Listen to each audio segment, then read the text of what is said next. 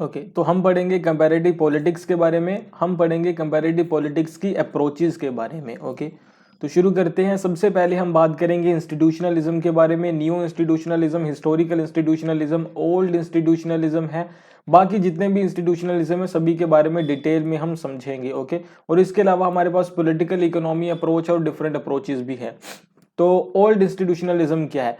An approach to the study of politics that focuses on formal institutions of government। पहले ये समझो institutionalism क्या होता है, फिर ओल्ड न्यू समझ आएगा। तो ये हमारे पास इंस्टीट्यूशनलिज्म है, ठीक है। इंस्टीट्यूशनलिज्म है और हम पढ़ क्या रहे हैं? हम कंपैरेटिव पॉलिटिकल एनालिसिस पढ़ रहे हैं कि कंपैरेटिव पॉलिटिक्स में अप्रोचेस बताइए सर, है ना। तो कंपैरेटिव पॉलिटिक्स में कंपेयर करते होंगे, ठीक है ना, कंपैरिजन ही तो होता होगा ना, ठीक है। कंपैरिजन होता है, हाँ जी। किस चीज का कंपैरिजन होगा? जो इंस्टीट्यूशनलिस्ट है वो किस चीज का कंपैरिजन करेंगे?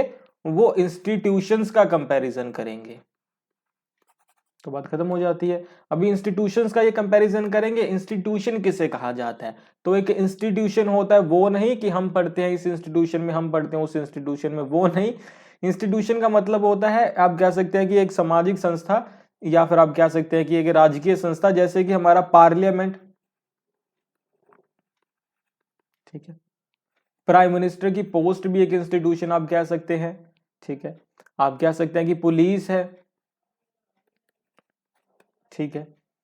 इसके अलावा आप प्रेसिडेंट कह लो, इसके अलावा आप कह लो लोकसभा, राज्यसभा, हाई कोर्ट, ठीक है, सुप्रीम कोर्ट, ये डिफरेंट क्या है? इंस्टीट्यूशंस है। तो इंस्टीट्यूशनलिस्ट अप्रोच क्या करती है?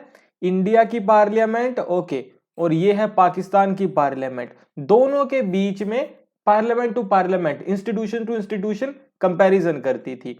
और इस चीज का कंपैरिजन करती थी कि सिर्फ उन्हीं इंस्टीट्यूशंस को कंपेयर करती थी जो कि किसके द्वारा बने हैं? लॉ के द्वारा बने हैं। पार्लियामेंट लॉ के द्वारा बना है ना, या कॉन्स्टिट्यूशन में लिखा है उसके बारे में।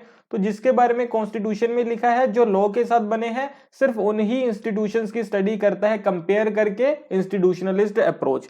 आई होप आपको ये बेसिक चीज क्लियर हुई हो, बाकी फिर हम अभी डिटेल में समझेंगे ही, है ना। तो ये बेसिक पॉइंट है, मेन पॉइंट है, ये फर्स्ट पॉइंट है जो आपको पता होना चाहिए कि इंस्टीट्यूशनलिस्ट अप्रोच कहते किसे हैं। फिर न्यू इंस्टीट्यूशनलिज्म और हिस्टोरिकल इंस्टीट्यूशनलिज्म समझेंगे। तो अभी ओल्ड इंस्टीट्यूशनलिज्म समझते हैं। जो अभी ओल्ड इंस्टीट्यूशनलिज्म है वो क्या करता था? वो एक तरीके की अप्रोच थी, अच्छा अप्रोच ही थी, और क्या था? To the study of politics that focuses, किसके ऊपर फोकस करता था? What is point that was he focusing on formal institution of government, कि जो सिर्फ फॉर्मल इंस्टीट्यूशंस थे। फॉर्मल का मतलब क्या? कि जो किसी लॉ के साथ बने हैं, ठीक है, जो किसी कॉन्स्टिट्यूशनल लॉ के साथ बने हैं, जो कॉन्स्टिट्यूशन के द्वारा बनाए गए हैं, जो लॉ के द्वारा बनाए गए हैं, सिर्फ उन्हीं इंस्टीट्यूशंस की हमें करनी है कंपैरिजन करके स्टडी करनी है। Okay so tell me, is religion is formed by law? नहीं बना है, लॉ के साथ नहीं। कॉन्स्टिट्यूशन हमें नहीं बताता कि ये आपके एबीसी भगवान हो गए, XYZ तरीके से आपको इनकी पूजा करनी है, और ये तरीके हैं जो जो चीजें आपको वापस मिलेंगी इस तरीके से। तो ऐसे हमारा कानून तो नहीं बनाता ना, ये तो धर्म तो खुद ही बना है। तो ये एक इंस्टीट्यूशन है। तो सिर्फ फॉर्मल इंस्टीट्यूशन जिनको कानून ने बनाया है उन्हीं का कंपेयर करना है, उन्हीं को कंपेरिजन करना है। तो ये तो था old institution, sorry, old institutionalism. New institutionalism क्या कहता है? तो न्यू इंस्टीट्यूशनलिज्म स्टेटेड क्या कहता था? अ सोशल थ्योरी है ये एक तरीके की, that focuses on developing a sociological view of institutions. पहली बात तो ये सोशियोलॉजिकल व्यू बनाना चाहते थे, the way they interact and the effects of institutions on society. तो पहली चीज समझेंगे कि जो न्यू इंस्टीट्यूशनलिज्म है वो फॉर्मल के साथ साथ इनफॉर्मल इंस्टीट्यूशंस की स्टडी भी करता है, कि जो कानून ने नहीं भी बनाए उनकी भी स्टडी करनी है हमें, तो कंपेयर करके। दूसरी चीज, जो इंस्टीट्यूशन होते हैं फॉर्मल या इनफॉर्मल, उनका आपस में क्या रिलेशन है, स्टेट के साथ क्या रिलेशन है, क्या हमारी लाइफ के ऊपर उनका इंपैक्ट है, इन सारी चीजों की स्टडी भी कौन करता है? न्यू इंस्टीट्यूशनलिज्म करता है, ठीक है। तो ये ओल्ड और न्यू में डिफरेंस था। तो आप कह सकते हैं, you can see here the new institutionalism uses a broad approach, okay. To study through comparison of politics, है ना, to do study of politics through comparison. Okay, तो ये एक ब्रॉड अप्रोच थी। उसके बाद है वी हैव हिस्टोरिकल इंस्टीट्यूशनलिज्म। तो हिस्टोरिकल इंस्टीट्यूशनलिज्म में क्या है? तो historical institutionalism a social method of inquiry that uses instructions as subject of study in order to find measures and trace patterns and sequences of social, political, economic behaviour and change across time and space. तो इसका क्या मतलब है sir जी? तो मैं आपको बताता हूं। तो हमारे पास आप देखिए आ जाता है हिस्टोरिकल इंस्टीट्यूशनलिज्म। हिस्टोरिकल इंस्टीट्यूशनलिज्म ये कहता है कि चाहे फॉर्मल इंस्टीट्यूशन हो या इनफॉर्मल इंस्टीट्यूशन हो, वो इंस्टीट्यूशन कब बना था, when the institution was made, ठीक है, कब बना था, क्यों बना था, क्या पैटर्न है जिसके थ्रू वो आगे बढ़ रहा है, क्या पैटर्न जिसके थ्रू वो आगे बढ़ रहा है, क्या सीक्वेंस है जिसको वो फॉलो करता हुआ डेवलप कर रहा है, किस दिशा में आगे बढ़ रहा है। इन सारी चीजों को, एवोल्यूशन को कौन स्टडी करता है? तो ये भाई हमारा स्टडी करता है historical institutionalism.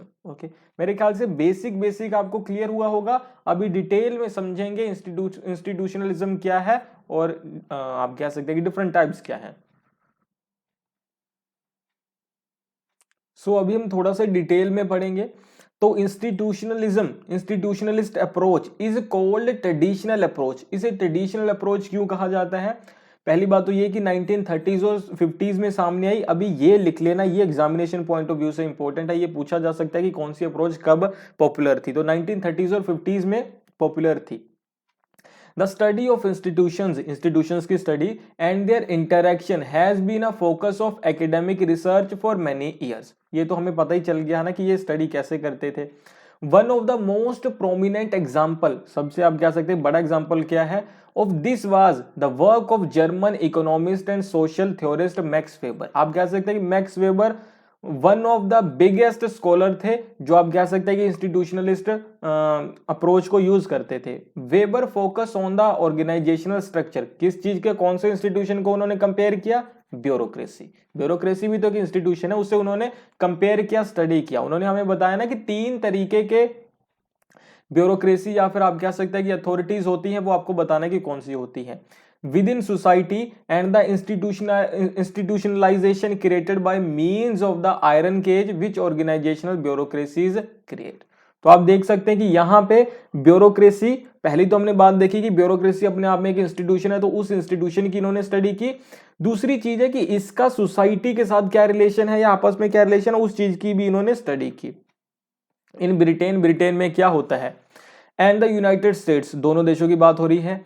The study of political institutions, जो पॉलिटिकल इंस्टीट्यूशंस की स्टडी है, dominated political science until 1950s। तो आप देख सकते हैं कि 1950s तक यूएसए, यूके, सारी जगह पे क्या होता रहा कि जो स्टडी होती थी वो इंस्टीट्यूशंस की स्टडी होती थी। It was followed by a behavioural revolution. 1930s और 50s में क्या हुआ, तो देखिए 1930s और 50s में सारी जगह क्या, इंस्टीट्यूशंस की स्टडी हो रही है, फॉलोड बाय बिहेवियरलिज्म। इसके बाद आप कह सकते हैं कि बिहेवियरलिज्म आता है, और होता क्या है, फिर चेंज क्या आता है, बिहेवियरल रेवोल्यूशन आता है, विच ब्रोट न्यू पर्सपेक्टिव, नई थ्योरीज आती हैं, and analysing politics such as positivism, rational choice theory and behaviouralism. तो 3 चीजें बिहेवियरल रेवोल्यूशन साथ में लेके आता है, बिहेवियरलिज्म, ठीक है, रैशनल चॉइस थ्योरी, और तीसरी चीज क्या थी, पॉजिटिविज्म।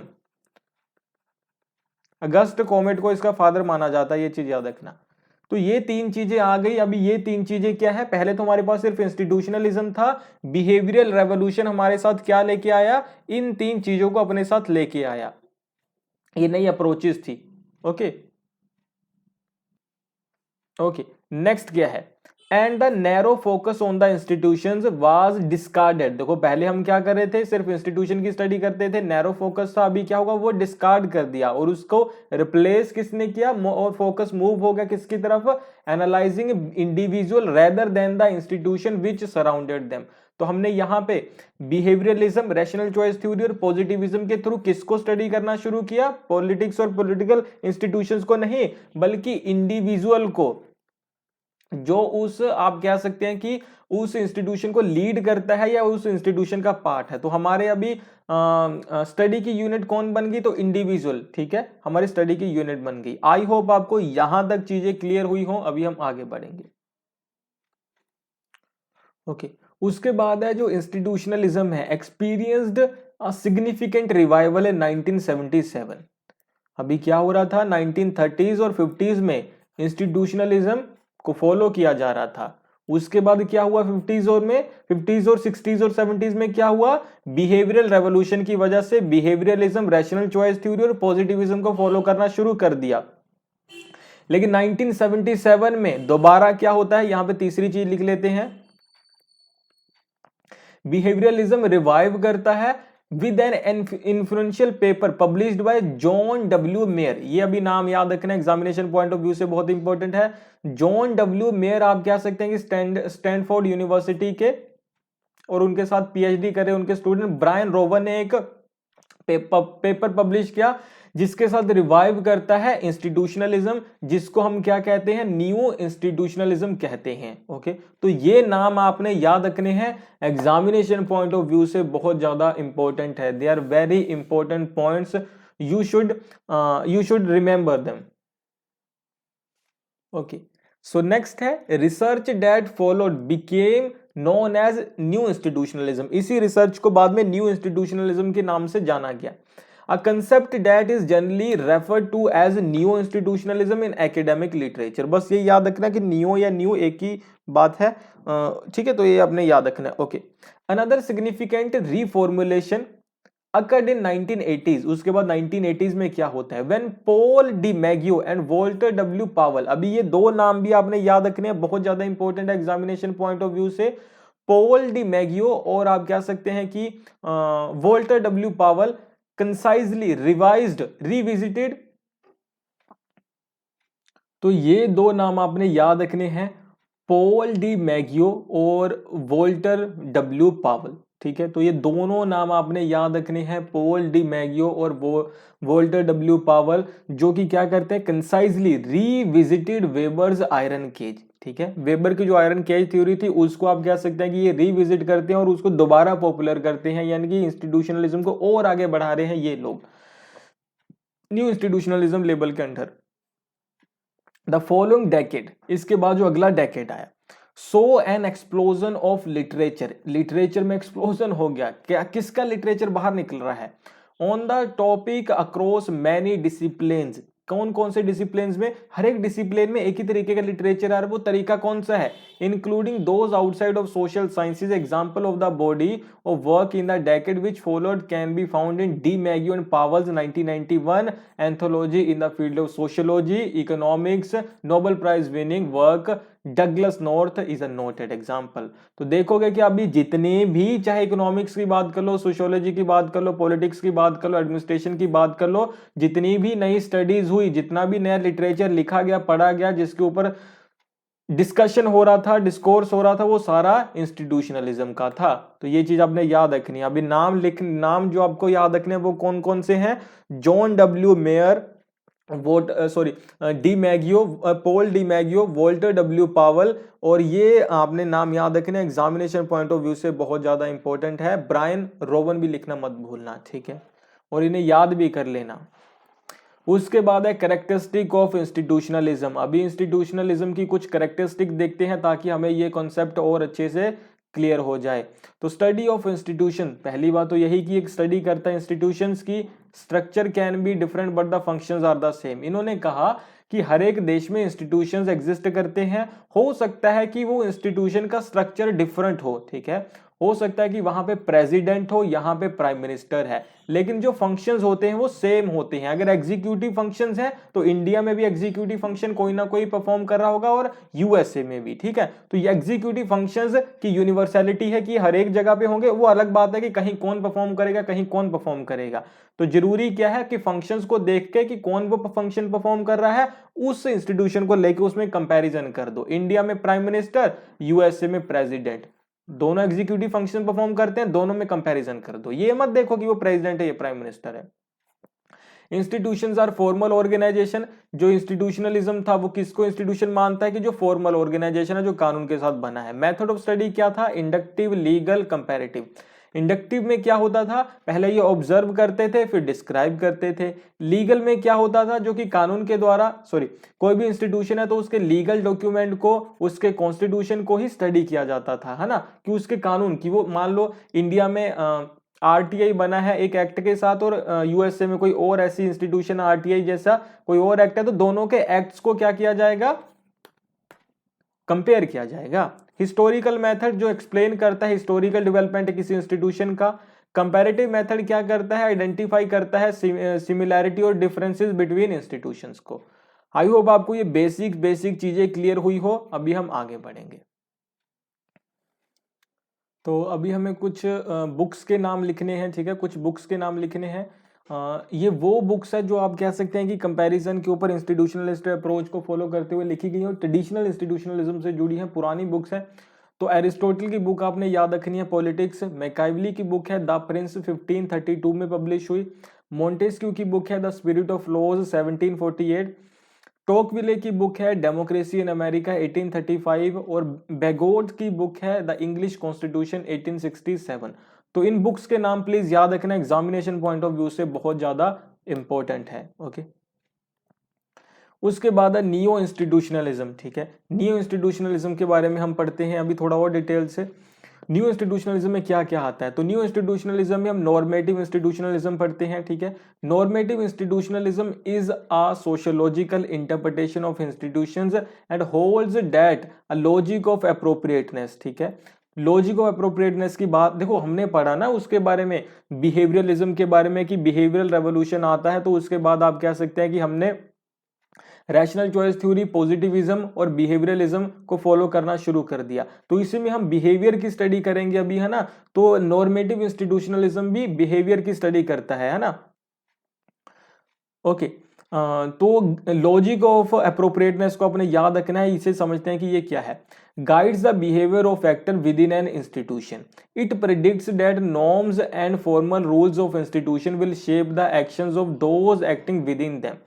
तो अभी आपको एक चीज समझनी है यहां पे, तो एक लॉजिक ऑफ एप्रोप्रिएटनेस है कि कौन सी चीज सही है, कौन सी चीज गलत है। जब आप एक इंस्टीट्यूशन में हो, मान लो आप कह सकते हैं कि आप पार्लियामेंट में हो, आप एक मेंबर ऑफ पार्लियामेंट हो, तो आप जो मेंबर ऑफ पार्लियामेंट हो तो आप लॉजिक ऑफ एप्रोप्रिएटनेस को फॉलो करते हुए ही डिसीजन लेते हो। आप सोचते हो कि ये सोसाइटी के लिए सही होगा कि गलत होगा, मेरे लोगों के लिए सही होगा कि नहीं सही होगा, मैं रिप्रेजेंट जिन्हें करता हूं उनके लिए सही होगा कि नहीं सही होगा, ये आप कह सकते हैं कि ये मोरल है कि नहीं है, ऐसी चीजों का फॉलो करते हो, है ना। ये लॉजिक ऑफ एप्रोप्रिएटनेस होता है। तो इसलिए कहा जा रहा है कि जब आप एक इंस्टीट्यूशन में होते हो तो जो आपका बिहेवियर है उसे लॉजिक ऑफ एप्रोप्रिएटनेस क्या करता है? इन्फ्लुएंस करता है। तो इसीलिए हमें आपके अगर सिर्फ हम इंस्टीट्यूशन को स्टडी कर ले इनफ नहीं है, वी हैव टू स्टडी और योर बिहेवियर एज वेल, ठीक है। आपके इस बिहेवियर को भी हमें स्टडी करना पड़ेगा, ठीक है। तो ये भी जरूरी है। और आपका बिहेवियर किससे आप कह सकते हैं कि इन्फ्लुएंस्ड होता है? इन्फ्लुएंस होता है, your behaviour is influenced from logic of appropriateness. तो ये आपको याद रखना है। According to James March, James G March का नाम आपने याद रखना है। The logic of appropriateness means that actions are matched to situation by means of rules organised into identities. तो ये प्लीज डेफिनेशन याद रखना, जेम्स जी मार्च की है। इस तरीके से फिर नॉर्मेटिव इंस्टीट्यूशनलिज्म क्या हुआ, तो normative institutionalism views that much of the behaviour of institutional actors, जो एक एक्टर होता है इंस्टीट्यूशन में उसका जो बिहेवियर होता है, is based on the recognised situation, जो उस टाइम पे उसे सिचुएशन दिखती है उसके अकॉर्डिंग वो बिहेव करता है, दैट द एक्टर एनकाउंटर्स। इसलिए आप कह सकते हैं कि हमें उन सिचुएशंस को भी क्या करना पड़ेगा, स्टडी करना पड़ेगा। The identity of the actor in the situation and the अपनी आइडेंटिटी को भी आप कह सकते हैं कि वो फॉलो करता हुआ डिसीजन लेता है, and the analysis by the actor of the rules that generally govern behaviour for that actor in that particular situation. ठीक है, तो आपने देखा कि एक जो एक्टर है एक इंस्टीट्यूशन में एक पोस्ट पे रहता हुआ, हाउ ही मेक डिसीजंस, तो हमें सिर्फ डिसीजंस को नहीं स्टडी करना, हमें यह भी स्टडी करना कि डिसीजन कैसे लिए जाते हैं, तो इसलिए हमें उसके बिहेवियर को स्टडी करना बहुत ज्यादा जरूरी होता है। This point holds by normative institutionalism. I hope आपको नॉर्मेटिव इंस्टीट्यूशनलिज्म के बारे में क्लियर हुआ हो। जेम्स जी मार्च की ये डेफिनेशन भी आपने लिख लेनी है। Okay, so now we will talk about rational choice institutionalism. Institutions are needed to stable the society। ठीक है, अगर आप कह सकते हैं कि अभी ये तो बात हो गई कि आप लोग इंडिपेंडेंटली कोई भी डिसीजन लेते हो, यहाँ पे एक बात भी हो जाती है कि जब आप कोई डिसीजन लेते हो तो आपको आप कह सकते हैं कि फ्री नहीं छोड़ा जा सकता पूरी तरीके से। अगर आपको सोसाइटी में रहना है तो आपको सोसाइटी में स्टेबल रखना बहुत ज़्यादा जरूरी है ना, सोसाइटी को स्टेबल रखना भी जरूरी है। अगर हर एक इंसान को छोड़ दिया जाएगा कि जो आपको करना है जी करिए, तो आप कह सकते हैं कि सोसाइटी स्टेबल नहीं रह पाएगी, है ना, तो ऐसा हो जाएगा। तो इसीलिए सोसाइटी को स्टेबल रखने के लिए वहां पे इंस्टीट्यूशन जरूरी है ना। ये कैसे हम समझेंगे, because according to rational choice theory human is rational, human एक रैशनल बीइंग है and he can rationally pursue his interest, बिल्कुल सही है, but in this way there should be a instability in state. आप कह सकते हैं कि हर एक इंसान अगर अपने ही लिए काम कर रहा है तो इंस्टेबिलिटी आ जाएगी स्टेट में। सो इंस्टीट्यूशन वहां पे जरूरी है जो हमें स्टेबल करे, ठीक है, हमें बताए कि तुम ये कर सकते हो ये नहीं कर सकते। ठीक है, रूल और रेगुलेशंस जरूरी है कंट्रोल करने के लिए, तो ये इंस्टीट्यूशनलिज्म है, रैशनल चॉइस इंस्टीट्यूशनलिज्म का, ये आप कह सकते हैं कि एसेंस है।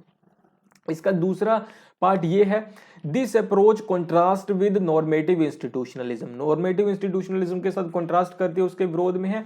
Rather than a series of calculated actions designed to maximize perceived benefit, any given actor within an organization institution will feel constrained and obliged by the norms and the rules of the institutions। आप कह सकते हैं कि norms और institutions जरूरी हैं, उन्हें follow करता है, इस चीज का ये विरोध करते हैं कि ऐसा कुछ भी नहीं होता, बल्कि ऐसा करवाना लेकिन जरूरी है। Rational choice institutionalism draws heavily from rational choice theory but it is not identical to it, उससे अलग है।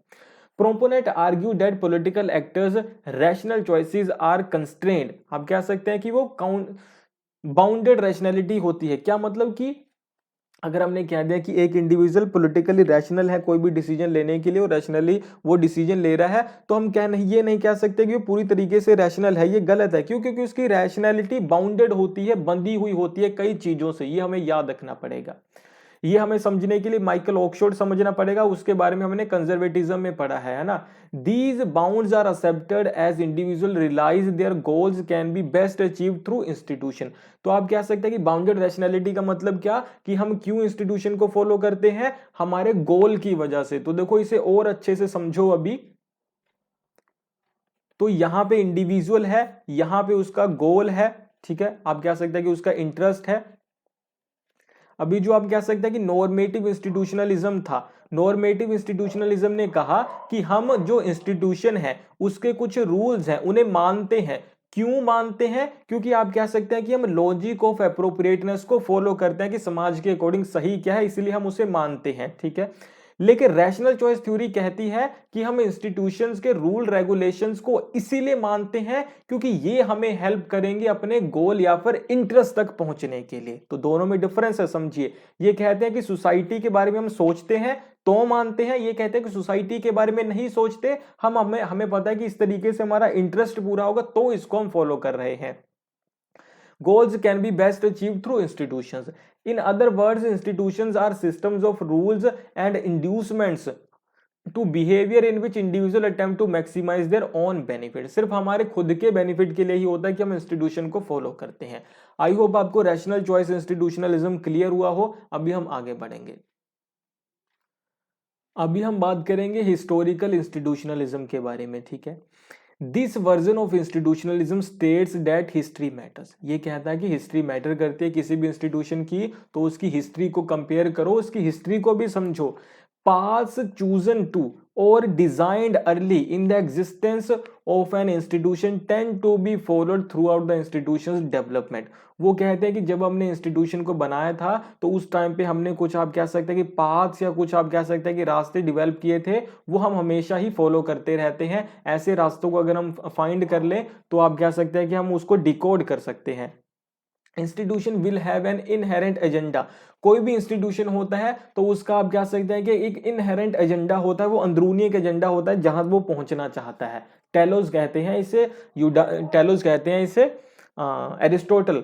Based on the pattern of development both informal and formal and मतलब आप कह सकते हैं इनफॉर्मल हो फॉर्मल हो, उसका एक एजेंडा होता है कि जहां वो पहुंचना चाहता है, तो उसका एजेंडा होता है तो जाहिर सी बात है कोई ना कोई वो रास्ता फॉलो करेगा, तो उस रास्ते को आप कह सकते हैं कि स्टडी करना इनका काम है। इन सम इंस्टीट्यूशंस, कुछ इंस्टीट्यूशंस में this may be self perpetuating cycle, ठीक है, खुद से चलने वाला साइकिल हो सकता है, कुछ में हो सकता है कि उसे मतलब चलाए।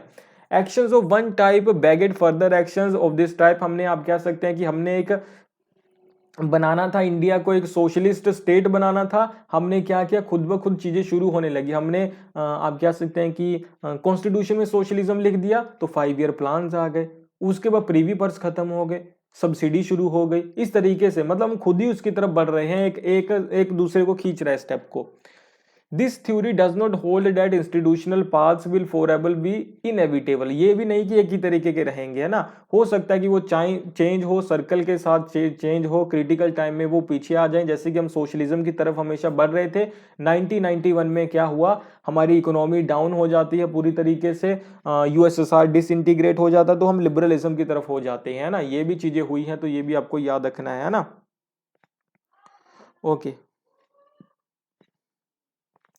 नेक्स्ट क्या है, तो नेक्स्ट है historical institutionalism is combination of social and rational institutionalism, ठीक है। हिस्टोरिकल इंस्टीट्यूशनलिज्म क्या है, कॉम्बिनेशन है सोशल इंस्टीट्यूशनलिज्म का और रैशनल इंस्टीट्यूशनलिज्म का, फॉर्मल और इनफॉर्मल का, क्योंकि सभी की स्टडी करता है। Here we study institutions development process and evolution. Okay,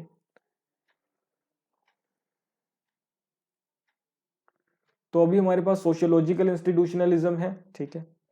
okay, उसके बाद कंस्ट्रक्टिविस्ट इंस्टीट्यूशनलिज्म है, इनके बारे में अभी हम बात करेंगे नेक्स्ट। ओके,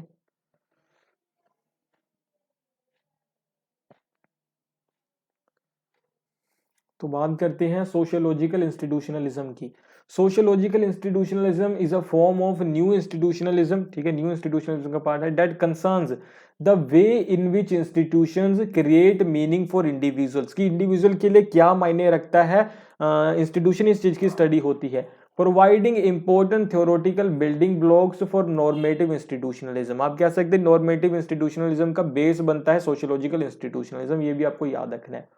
उसके बाद एम्पिरिकल इंस्टीट्यूशनलिज्म, ये स्टडी करता है the theory concern about problem of whether institution in fact matter और नॉट, कि जो इंस्टीट्यूशंस है वो किस तरीके से आपको इन्फ्लुएंस करते भी है कि नहीं करते, इस चीज की स्टडी होती है। एक्टर सेंटर्ड इंस्टीट्यूशनलिज्म क्या करता है कि जो एक्टर है इंस्टीट्यूशन में उसकी स्टडी करता है। ओके, सो नेक्स्ट है कंस्ट्रक्टिविस्ट इंस्टीट्यूशनलिज्म। तो since 2000 a number of authors have used the term constructivist institutionalism और discursive institutionalism which is described as a more dynamic approach to the institutional change, ठीक है। इसमें क्या होता है, तो constructivist institutionalists assert that political social policy discourses can perform communicative functions, आप कह सकते हैं कम्युनिकेटिव फंक्शंस परफॉर्म कर सकते हैं। Actors publicly expressing ideas can lead to a social change, अगर आप कह सकते हैं कि जो इंस्टीट्यूशंस में सभी लोग हैं, अगर आप कह सकते हैं कि वो कम्युनिकेट करते हैं तो वो सोशल चेंज ले आ सकते हैं। Thus idea and meaning provide a mechanism for multiple actors to achieve consensus on norms and values and thus created social change. की सोशल चेंज करने के लिए आप कह सकते हैं खुद से काम कर सकते हैं, ये कंस्ट्रक्टिविटी कुछ ना कुछ कंस्ट्रक्ट कर सकते हैं, सोसाइटी को ये कंस्ट्रक्ट कर सकते हैं, किसके साथ, कम्युनिकेशन के साथ, डेलिब्रेबल के साथ। This is increasingly moving beyond political science and into international relation theory and foreign political analysis. उसके बाद फेमिनिस्ट इंस्टीट्यूशनलिज्म, तो फेमिनिस्ट कहते हैं कि ये भी न्यू इंस्टीट्यूशनलिज्म का पार्ट है कि how gender norms operate with in institution की। एक इंस्टीट्यूशन है तो उसमें जेंडर को किस तरीके से देखा जाता है, कैसे उसे ट्रीट किया जाता है, इस चीज की स्टडी करने की ये बात करते हैं।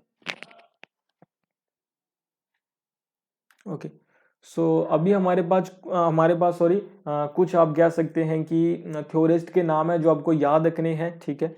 New institutionalism is often contrasted with old and classical, ठीक है। The latter of which was first articulated in the writings of John Dewey old, ठीक है, थॉरस्टेन, ठीक है, जॉन कॉमन्स, ये सारे नाम आपने याद रखने हैं प्लीज, ठीक है। एग्जामिनेशन पॉइंट ऑफ व्यू से बहुत जरूरी है, ये न्यू के हैं, ये ओल्ड के हैं, इन्हें आप अच्छे से याद रखना, ठीक है, अच्छे से याद रखना बहुत जरूरी है एग्जामिनेशन पॉइंट ऑफ व्यू से। चाहे इसका स्क्रीनशॉट लो, चाहे कुछ लो, चाहे इन्हें लिखो, चाहे रट्टा मारो, लेकिन इन्हें याद रखना, ठीक है। उसके बाद है द न्यू इंस्टीट्यूशनलिज्म क्या है, ये मैंने आपको बताया ही।